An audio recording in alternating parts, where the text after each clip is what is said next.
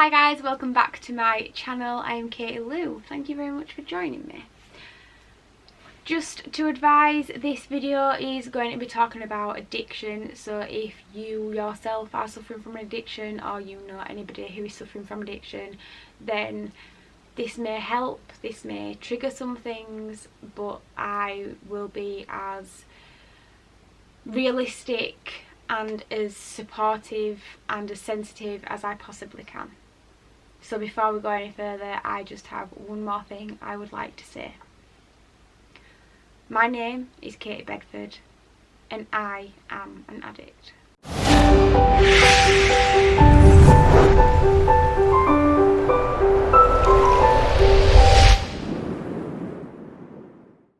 Hi. Yeah, as I've said, I'm an addict. Well, I am, but I'm a recovering addict. This video is very hard for me to film. This is probably the 9th or 10th time I've tried to film this video. It's a very sensitive subject. It's something that's affected a lot of my friends and family, and I know it's something that affects everybody worldwide. The thing that bothers me is that addiction is not spoken about enough. Therefore, I am wanting to become an advocate for opioid addiction. My addiction started when I was 16 years old, and in order for you to understand the next few videos that are going to be on my channel, I need to take you back to the very beginning of when it all started. So, when I was 16 years old, I was rushed into hospital. I was told that I had suspected appendicitis, and I was taken to theatre and came round and they said to me, "You've not got appendicitis, but we're going to put you on these painkillers because you're quite clearly in a lot of pain." So that was that. I was in and out of hospital for the next couple of years. I was very unwell, and because there was something wrong with me that nobody knew what it actually was, it got to the point where I was just given painkillers week after week after week. Eventually the hospital did turn around and say to me they wanted to send me for hypnotherapy because they believed that this pain that I was feeling was all in my head. I was very upset and disgusted by this, and I was heartbroken. By the time I was 19, I'd already had 5 surgeries to try and find out what this pain was, and all along the hospital thought it was something to do with my bowel.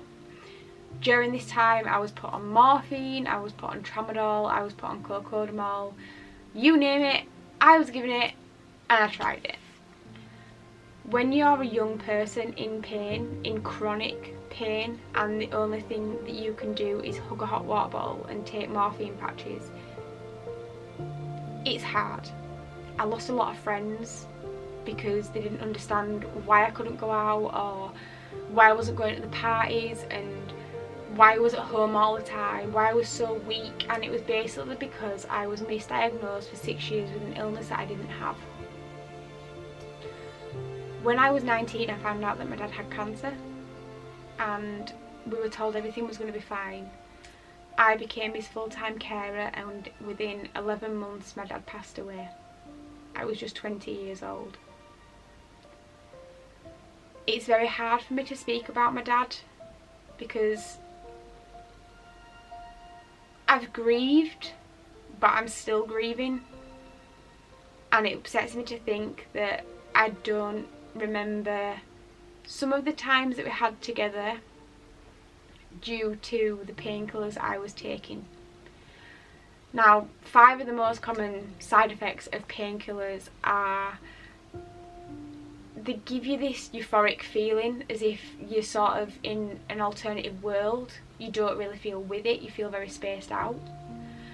You feel sick, it affects your memory, it affects you going to the toilet, and it affects your overall mood. So not only was I losing my dad and caring for him, I was going through depression, I was sort of numb to a lot of things, and over the time of taking these tablets, it has affected my memory. For example, I was 17 and me and my dad went to New York, and I don't really remember it because I was on so many painkillers at the time that it just fogged everything. it just hurts to think that them last couple of years that I had with my dad I don't really remember because of the painkillers. When I was 21, I basically went to my doctors on my hands and knees and said to them, look, I'm taking all these painkillers, I'm taking them every day by the book as you tell me to take them, take 2, 3 to 4 times a day depending on the severity of the pain, and they weren't doing anything. They weren't targeting the pain. I was becoming immune to them because I'd taken them for so long, and I built up a tolerance to them. And that's another thing, when you take a certain tablet for a long time, you do become sort of immune to them. They don't work as well as they should have done. I eventually saw this doctor who referred me to a gynecologist, and they said to me, right, we think you have something called endometriosis. If you are new to my channel, please go look in the description below. There is a link to some of my endometriosis videos to explain what it is a little bit more in further detail, and it will sort of help you to understand a bit more about this video. So I was diagnosed with endometriosis. I had surgery, I was sent home, and I was sent home with a box of Cocodamol. Now, recovery time after that sort of operation tends to be about 8 weeks. But I had a really low immune system because I had been on these tablets for so long. My sort of body wasn't fighting for itself. My immune system sort of just gave up. It was so reliant on these tablets that I'd get a cold, or if I got an infection, I'd be poorly with it for weeks. I couldn't just fight anything off like a normal person. I eventually did get better, but this pain was still there. A lot of it was caused due to internal scarring from the operation, and I was gripped by these painkillers. I got into the routine where I didn't feel like I could wake up without them or function without them. I couldn't go to work without them. I couldn't go see my friends without them. I couldn't literally get out of bed if I hadn't had these painkillers. But it was getting to the point where instead of taking 2 every couple of hours, I started taking 3 just to see if they'd help and see if my pain would get any less. Now, this may be hard for some people to understand, but when you are in chronic pain and the doctors really can't give you any more answers because you just had surgery for something that you've had for years but was misdiagnosed with something else, and you're just constantly told, take these painkillers, it'll help, take these painkillers, it'll help. You sort of think, right, well, that's a medical professional. I'm going to say, well, I'm going to agree to what they say because that's their job and my life's in their hands and they know better than I do. So I started taking these tablets more than I should have done, basically because my tolerance was so high to them. I got in a very toxic relationship, and it dawned on me that throughout all these things that had happened in my life, losing my dad, being in this toxic relationship, losing friendships, everything that I'd sort of gone through in the last couple of years, I couldn't control. But to me, I could control the tablets, when in reality, they already had a hold over me. It's really hard to think of the people that I've lost and the decisions that I made while on these painkillers because everything was clouded. I didn't care for anybody else's feelings. I put myself first and did what I wanted to do because that's how I was, that's how I felt, and my judgment on things wasn't so good. But to me, I had control of these tablets. That box was there, but nobody else was telling me how many I could take, how many I couldn't take, and I just continued to take these painkillers. Within this toxic relationship, I couldn't sleep. I was getting to the point where I was up all night, very upset, very distressed, and the easiest thing to do was then to take 3 tablets just to go to sleep. And this sent me on an even further downward spiral.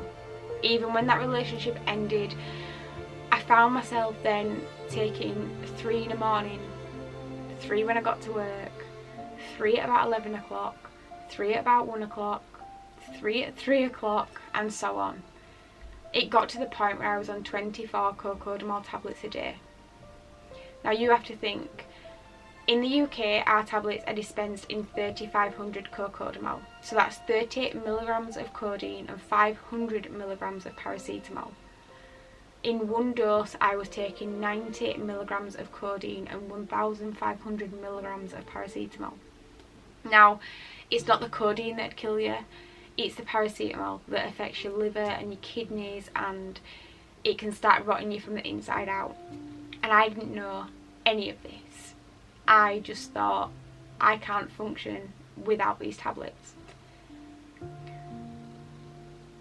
My life turned round when I met Robbie.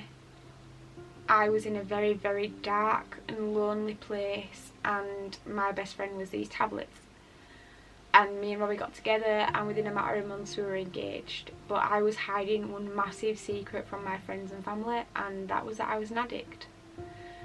I'd go to work and take 3 painkillers on an empty stomach, knowing that I'd feel more of an effect and get the fuzzy feeling more if my stomach was empty. And then that would cause me to be sick, and that would give me an excuse to go home from work and lay in bed and take more painkillers. While in this time I was lying to everybody and just said I wasn't well. Last year alone I was given 19 boxes of cocodamol from my GP, which is the equivalent of 1,900 cocodamol tablets.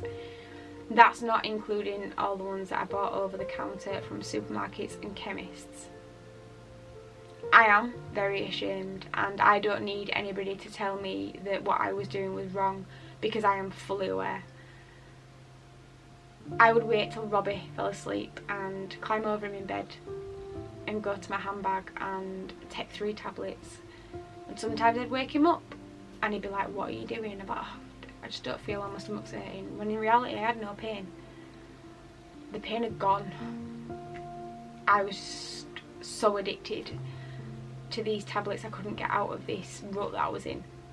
I'd wait till he got in the shower or went downstairs to make something to eat or make a cup of tea, or I'd go make a cup of tea making sure he had tablets in my pocket, and then I'd take 3 as soon as he was out the room, and then give it an hour and be like, "Oh, I forgot to take my tablets." One of the hardest things for me was having to tell my mum and Robbie that I had an addiction.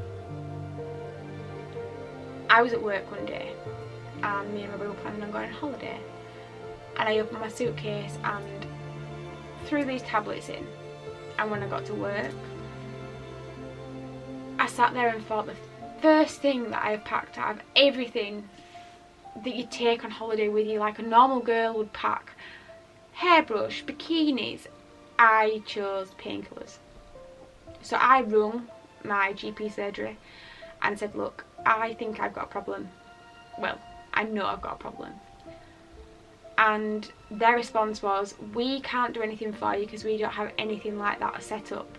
So you need to ring the helpline called Frank." So Frank in the UK is an addiction support helpline. So you can basically ring up for somebody or one of your loved ones or yourself and say, "I have an addiction." But their main addictions that they help are marijuana, heroin, cocaine, spice. They don't really have anything for opioid addictions.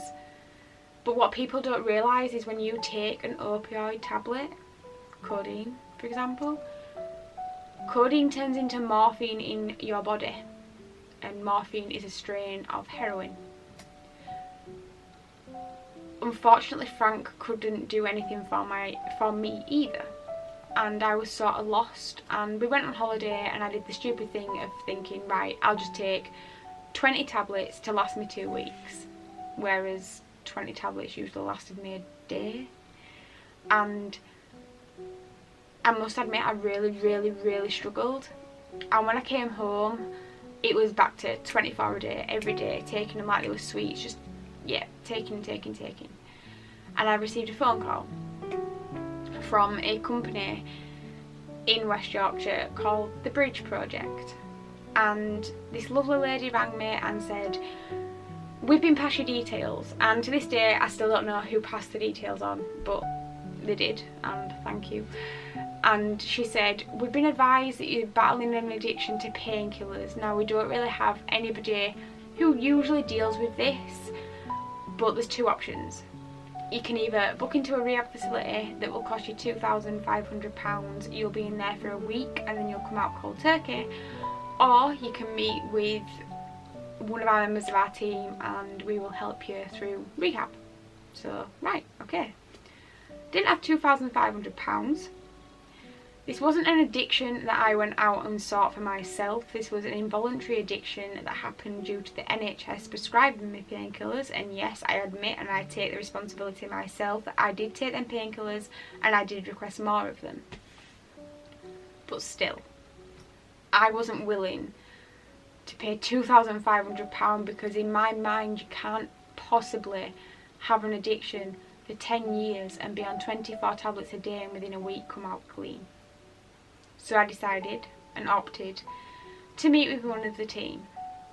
I had a couple of meetings at first, went through everything with this lady, and then she went on sick. And nothing really happened for a couple of months. By this time it was sort of August, September, and I was back to square one, taking 24 tablets a day, having time off work, lying to everybody.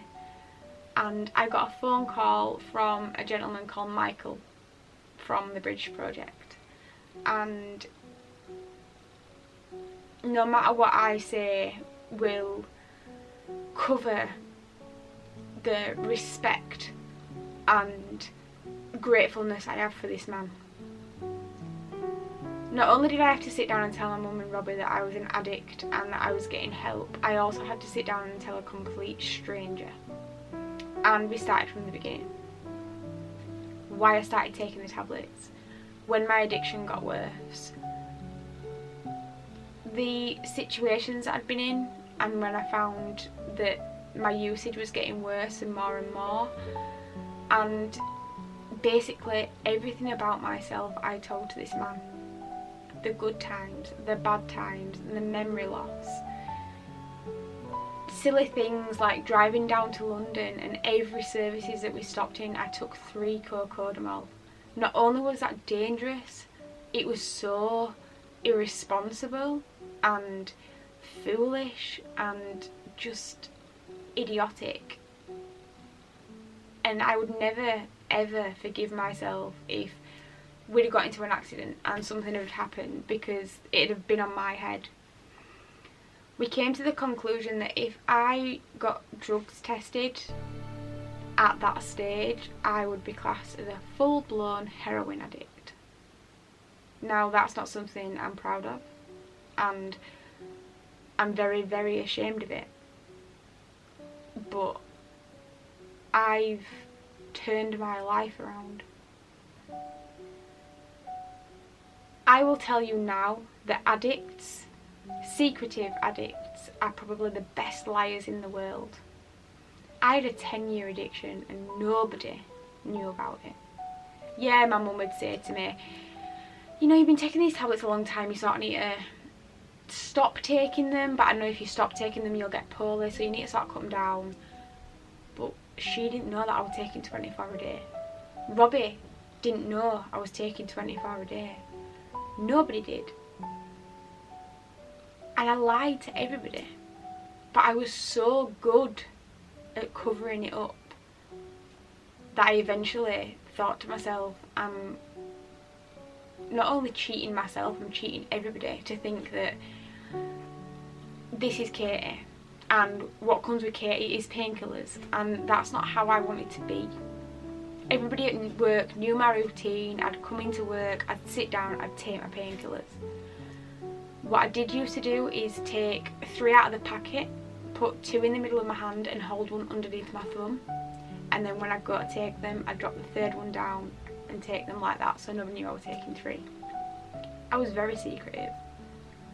I was going online every single week to my doctors and ordering a prescription because I knew full well that they wouldn't ring me to say why I needed them or even ask me to go into the clinic. That's why I could get my hands on 1,900 tablets last year. On the boxes of painkillers it says, do not take longer than required because it may cause addiction. Well, for somebody like me, I took that first tablet and I was addicted. That feeling that I once thought was amazing is not amazing. It sets you down such a long, dark, lonely road, and I don't want any sympathy from this video. This is purely to raise awareness. You may not realise you're doing it, but you are slowly killing your insides. Now, taking these painkillers at this time could affect me for the rest of my life, but I only realised this because of Michael. Within these sessions when I went to meet Michael, it was more like therapy, and it was amazing. He got me thinking about things that I'd forgotten about and not been able to think about in a long time, and we went through all the hard, crappy situations that I'd been in, and I don't feel sorry for myself because I just think, well, I went through them so nobody else had to. We came to the conclusion that I wasn't going to go cold turkey. Now, if you are addicted to painkillers and you are scared of coming off of them because you're scared you're going to have to go cold turkey, any person who is monitoring you and coaching you and helping you through your rehabilitation will not let you go cold turkey because it is dangerous. Now, for me, I started by taking one out of every dose that I took. So I'd get to work in the morning and take 2 and a vitamin. Therefore, in my mind, I was still taking 3 of some sort of tablet, but it was a placebo effect. I was taking 2 cocodamol and a vitamin, and that made my mind think that, right, you've taken 3 tablets. So every day I gradually broke it down to take 2, 2, 2, 2, 2. And he said to me, you're on 24 a day. That's a hell of a lot of amount of painkillers in your system. You may get sick, you may get drowsy, you may get all these side effects, but believe me, it's worth it. And in the next video I'm going to talk about side effects and what it's like to go through rehab and the feelings that you get and the honesty about going through rehab. Because I'm not going to lie to you, I want to help you.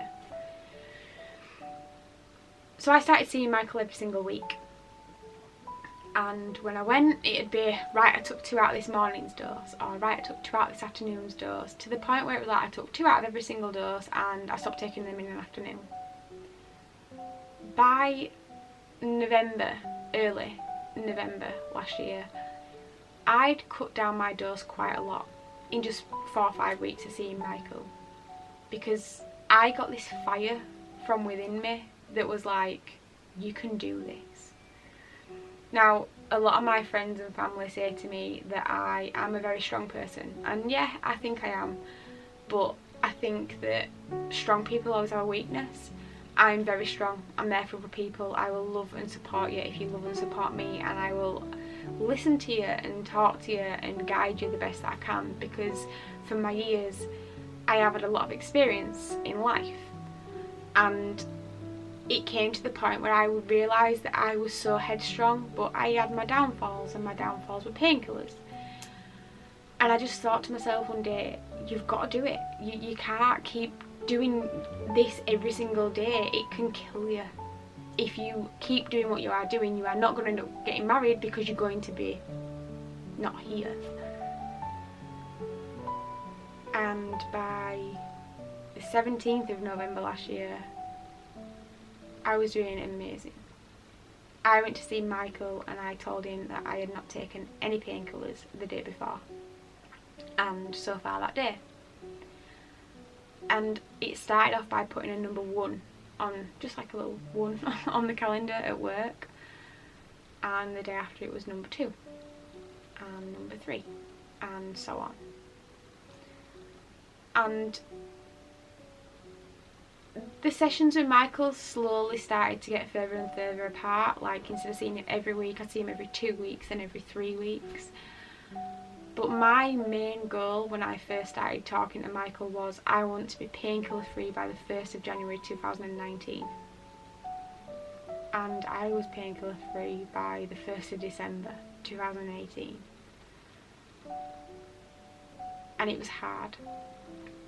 I'm not going to lie, it was hard. The cravings were hard. But it was worth it. I am now 10 months clean. But I wouldn't have been able to do that without my friends and family, and especially Michael. It's just a shame that I lost a lot of memories through these painkillers, and a lot of friendships through taking these painkillers. To me, opioids aren't just a tablet, they are the devil. I got rid of every single tablet in my house. My mum doesn't even have them in her house. If I find a packet, I get them, throw them down the toilet, because I used to stash them everywhere. I was so good at hiding it. I used to hide them in my handbag and just dispose of them when I went to the toilet. The packets, I mean. And nobody knew. Nobody knew. If it wasn't for mainly my mum and Robbie, after the rehab sessions, I wouldn't have been able to do this. And I still see Michael. I see him every 2 months now. We go, we have a catch up, we have a chat, and we have become such amazing friends. He is a lifesaver. And he's not just done this for me, he's done this for so many other people battling addictions.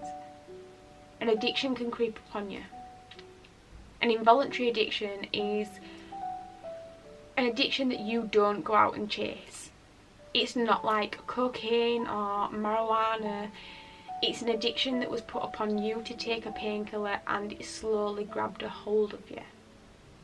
Now, believe me, I never thought I'd be able to do this. I thought I was too weak. I never thought that I'd get to the stage where I'd be ever painkiller free, because that was my life.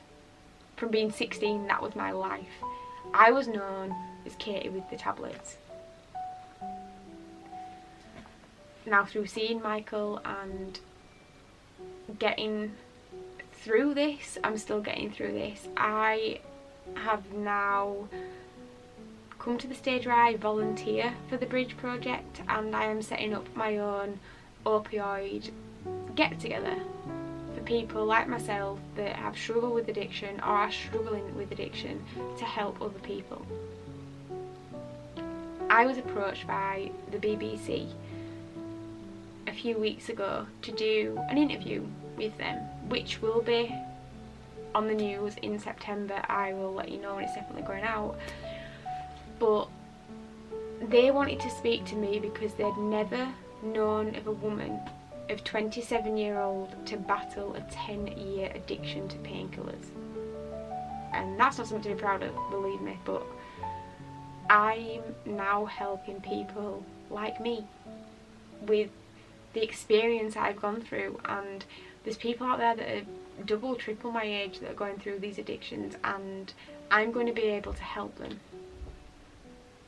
I met with the BBC and they interviewed me about what it was like and how the NHS could do better, and as I said, I take responsibility myself, but when you can go online and order a box of 100 cocodamol tablets every 2 weeks, and the doctor just gives you the script like it's nothing, and you just take it, and you can go to the supermarket and buy cocodamol over the counter,